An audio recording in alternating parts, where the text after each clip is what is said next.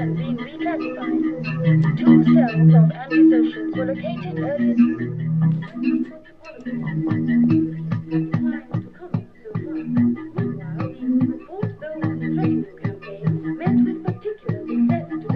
When an old woman cousins chose to be burned with her books rather than being separated from them. It's a joke, it's not even a good taste.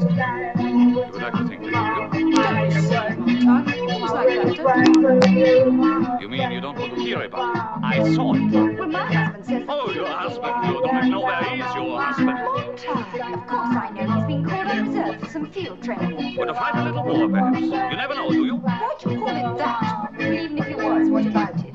He's not allowed to call me till it's all over.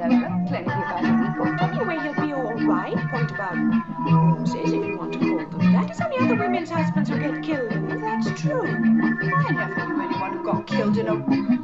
Not anyone whose husband died like that. Getting run over, jumping out of a window, yes. Like Gloria's husband a few nights ago. But never that other way. Anyway, that's life, isn't it? That's what you call it. You're nothing but zombies, all of you. Just like those husbands of yours you don't even know anymore. You're not living, you're just killing time. Well, I think it's time to go. Yes, thank you. It was a lovely afternoon. Really fun, yes. Sit down, come on, sit down. It'll only take a minute. What hell is that? Darling, it's not a book. That's what it is, it's a novel. Oh, it's a book? Oh, you must be against the law. Quiet, sit down and listen. Since Montague really insists. But when he's through, I hope we can do as we please. There can be no disparity in marriage like unsuitability of mind and purpose. I had endeavored to adapt Dora to myself and found it impracticable. It remained for me to adapt myself to Dora, to share with her what I could and be happy. It made my second year much happier than my first, and what was better still, made Dora's life all sunshine. But as that year wore on, Dora was not strong. I had hoped that lighter hands than mine would help to mold her character, and that a baby smile upon her breast might change my child wife to a woman. It was not to be. My pretty Dora. We thought she would be running about as she used to do in a few days. But they say to wait a few days more, and then wait a few days more, and still she neither ran nor walked. I began to carry her downstairs every morning and upstairs every night. Sometimes when I took her up and felt that she was lying in my arms, a dead blank feeling came upon me, as if I were approaching to some frozen region, yet unseen, that numbed my life.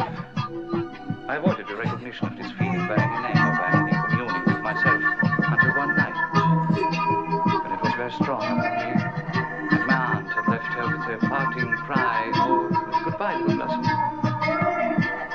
I sat down at my desk alone and tried to think of what a fatal name it was, and how the blossom withered in its bloom up in the tree. I knew that's what would happen. It's what I've always said. Life isn't like novels. Novels and tears, novels and suicide, novels are sick. That was sheer cruelty, Montague. You're a cruel man. All those words, idiotic words, evil words that hurt people. Isn't there enough trouble as it is?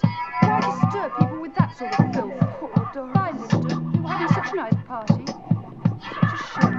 I don't know those feelings. I've forgotten all. Sorry, Doris.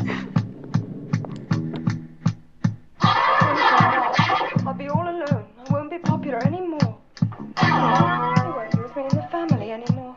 And you made Doris cry. She cried because it is true. What are you going to do now? Haven't you done enough harm already? Leave me alone, Linda. I've got reading to do, quite a lot. What's the matter with you? Aren't you well? It's nothing. I've got to read. I've got to catch up with the remembrance of the past.